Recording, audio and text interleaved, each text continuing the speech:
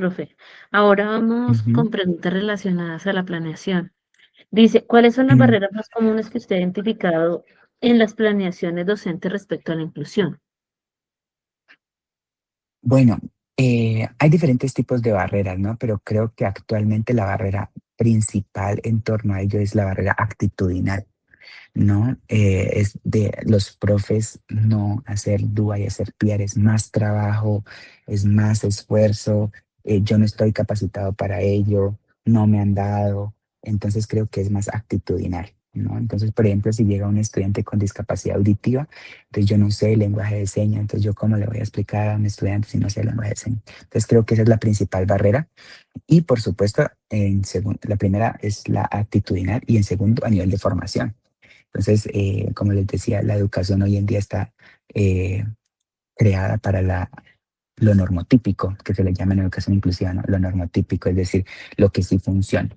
Pero no nos han educado para contextos en diversidad educativa como son lo que le acaba de decir la discapacidad. Entonces creo que esas son como las barreras principales. La actitudinal por parte de los docentes, ¿no? Hacia algo nuevo y también a nivel de capacitación y por supuesto a nivel de recursos, ¿no? Porque obvio, yo puedo tener toda la capacitación, pero si no tengo el recurso, ¿no? Cómo yo coloco al servicio del estudiante mi conocimiento si no tengo el recurso por parte de la institución educativa o en su defecto por el Estado para poder responder a las necesidades particulares?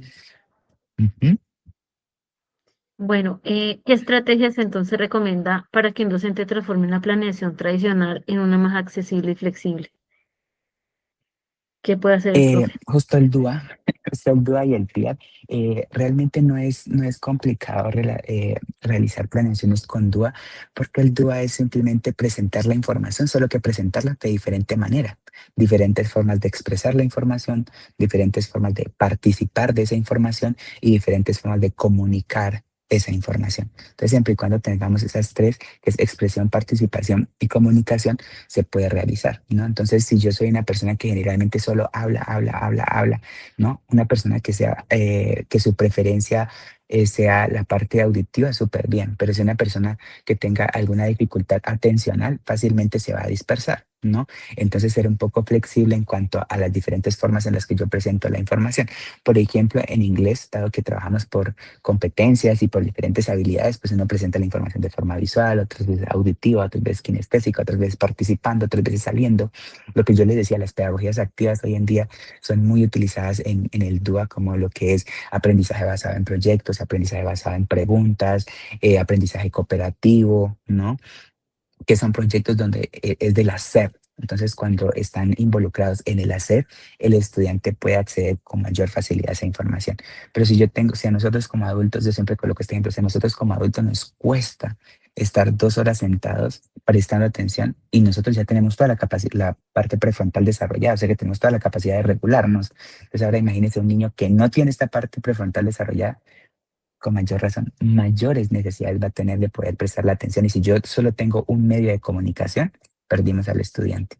Entonces creo que esa es una recomendación, sería utilizar justamente eso, el DUA, diferentes formas de poder expresar esa información para que el estudiante pueda acceder a ello.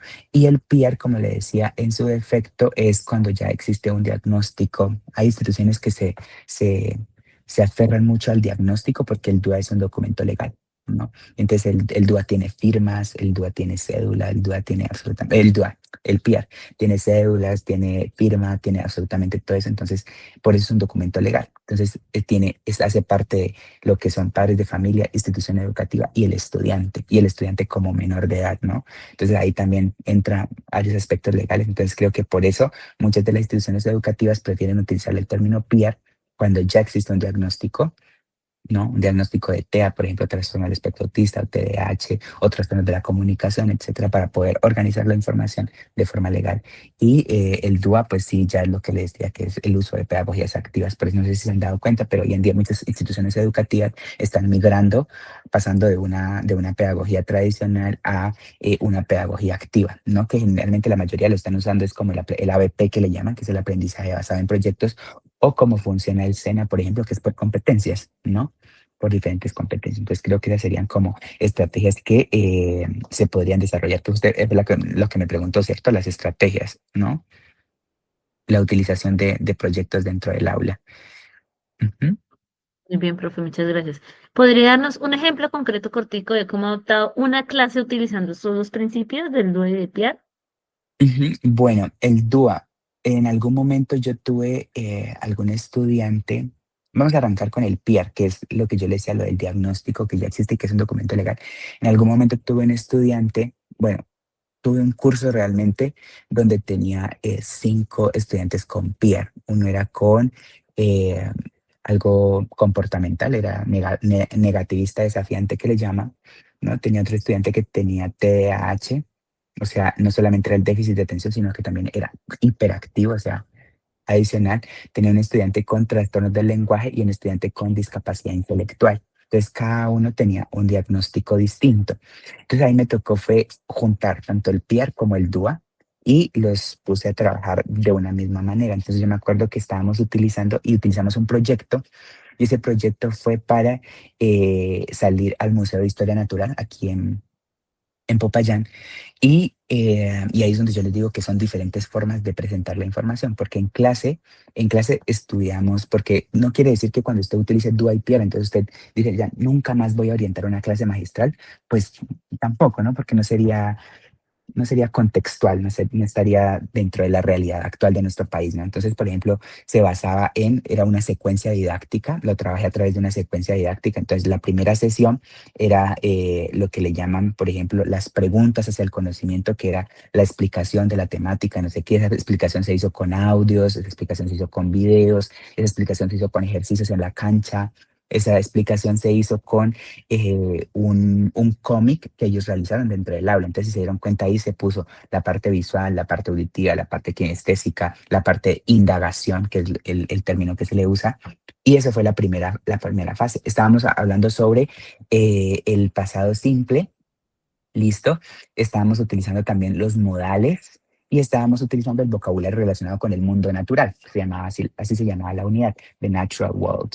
Entonces lo que hicimos fue, ya después de que ellos accedieron a la información en clase, entonces nos movimos hacia el Museo de Historia Natural y ahí ellos hicieron el proyecto, hicieron el recorrido y ese recorrido era tanto auditivo como visual porque ellos tenían la oportunidad de hacer, bueno, ahí la verdad fue un convenio que se hizo, o sea, los estudiantes pagaron como 2.000 pesos, creo que fue la entrada, y entonces tenía como ejes temáticos, ustedes saben que el Museo de Historia Natural tiene ejes temáticos, se organiza de toda esa manera, entonces ellos iban paseando por las diferentes áreas, obviamente ahí están todos los animales, etcétera, entonces ahí vimos el vocabulario de la unidad, pero también todo estaba escrito en pasado porque estaban describiendo especies que estaban extintas, que ya no existían, ¿no?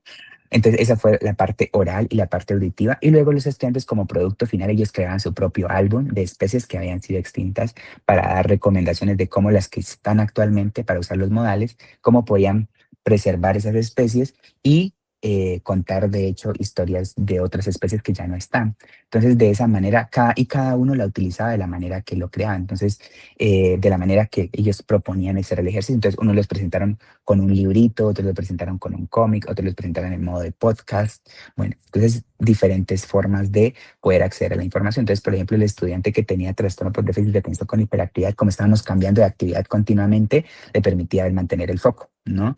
Al estudiante que tenía discapacidad visual, ellos tenían discapacidad intelectual, entonces el vocabulario era menos, ¿no? Entonces ya no era, la mayoría debía acceder a 12 palabras y la persona que tenía discapacidad visual le colocamos 9, que eran como las más comunes. Entonces la exigencia cognitiva no era tan alta. Obviamente no le decía al estudiante, usted va a aprender menos, ¿no? Porque ahí estaría haciendo un proceso de exclusión dentro del aula también, sino que simplemente cada uno tenía como la tarjetica en la que estaba haciendo el checklist de la información. Y ahí estaba el DUA y ahí estaba el PIAR. DUA porque tuvieron diferentes formas de poder acceder a la información y el PIAR porque en el PIAR, por ejemplo, para el estudiante que tenía dificultades, trastornos del lenguaje, él no la presentaba el ejercicio de forma oral, sino de forma escrita, ¿no? Y el estudiante que tenía dificultad para concentrarse y no tenía que poder estar escriba, lo presentaba en modo de podcast, por ejemplo.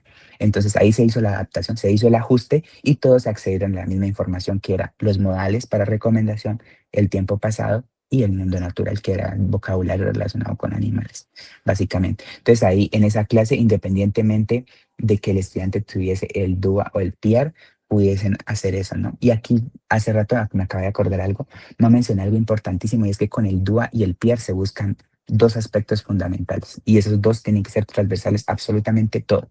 Lo primero, se debe privilegiar la autonomía y lo segundo, la participación. Si el estudiante no es autónomo y el estudiante no participa, no es DUA y no es PIAR. Así usted haga un ajuste y usted diga, no, es que aquí está el ajuste, pero si el estudiante nunca participó, no es DUA ni PIAR. Y si el estudiante nunca fue autónomo, tampoco es DUA y PIAR. Entonces, supongamos que un estudiante tenga discapacidad visual. Entonces, ay, no, entonces yo tengo que llevarlo, tengo que transportarlo, tengo que hacerle todo, tengo que... No, porque no le está permitiendo al estudiante ser autónomo, ¿no? Y eso es lo que se busca con el DUA y el PIA, que el estudiante siempre pueda ser autónomo y el estudiante pueda participar. Y por eso ahora se le llama, y por eso justamente se le llama educación inclusiva, ¿no? Es decir, que todos entran en un mismo espacio en la educación ordinaria. ¿Qué es educación ordinaria? La educación donde van todos los estudiantes, ¿no? Anteriormente, antes de que existiera esto, que el PIER salió fue en el decreto 1421 del 2017. Antes del 2017, las personas que tenían algún tipo de discapacidad las enviaban a una institución educativa particular. Ah, no es que esta institución educativa es solamente para las personas con discapacidad visual. Ah, esto es solo para las personas con discapacidad auditiva. No, a partir del decreto 1421 dijeron no, todos están aptos para poder participar y ser autónomos. Entonces, por eso existe la norma. Si usted hace un DUA y PIAR y el estudiante no participa y no es autónomo, no está haciendo DUA y PIAR. Está haciendo la misma educación de siempre. Entonces, por eso se busca que diferentes formas para que el estudiante participe de diferentes maneras. Y ahí se hace el proceso de inclusión.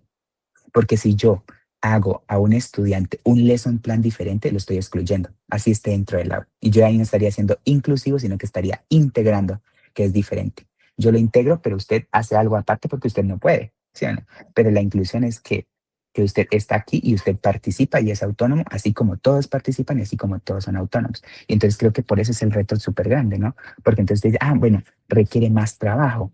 No necesariamente, porque si usted utiliza una misma estrategia, pero con diferentes formas de acceder a la información, entonces el estudiante va a entregar de esas diferentes maneras. Sino que lo que pasa es que ahora nosotros, y ahí es donde entra lo que es equitativo e igualdad, ¿no? Igualdad es que es lo mismo para todos y entonces todos se miden con la misma vara. Y equitativo es que yo le dé a cada estudiante la herramienta para que él acceda a esa información. ¿Sí o no? Entonces, es decir, lo que el estudiante necesita. Si el estudiante necesita la información de manera visual, él se va a ir por esa parte visual. Pero si el estudiante necesita la forma auditiva, él se va a ir por esa parte auditiva. Si el estudiante necesita participar, envolverse en proyectos, ser partícipe de ello, él va a estar ahí. Y los estudiantes no se van a dar cuenta que uno está presentando la información de diferentes maneras. Está en la clase, solamente que él lo que hizo fue adaptar esa información a la capacidad que el estudiante tiene para poderlo hacer, ¿no? Y ahí no lo estaría excluyendo, sino que él estaría participando. Entonces, vuelvo y repito, esas son las dos principios fundamentales de todo lo que tiene que ver con DUI-PIA o discapacidad en general o educación inclusiva en general, que es que el estudiante logre participar y ser autónomo.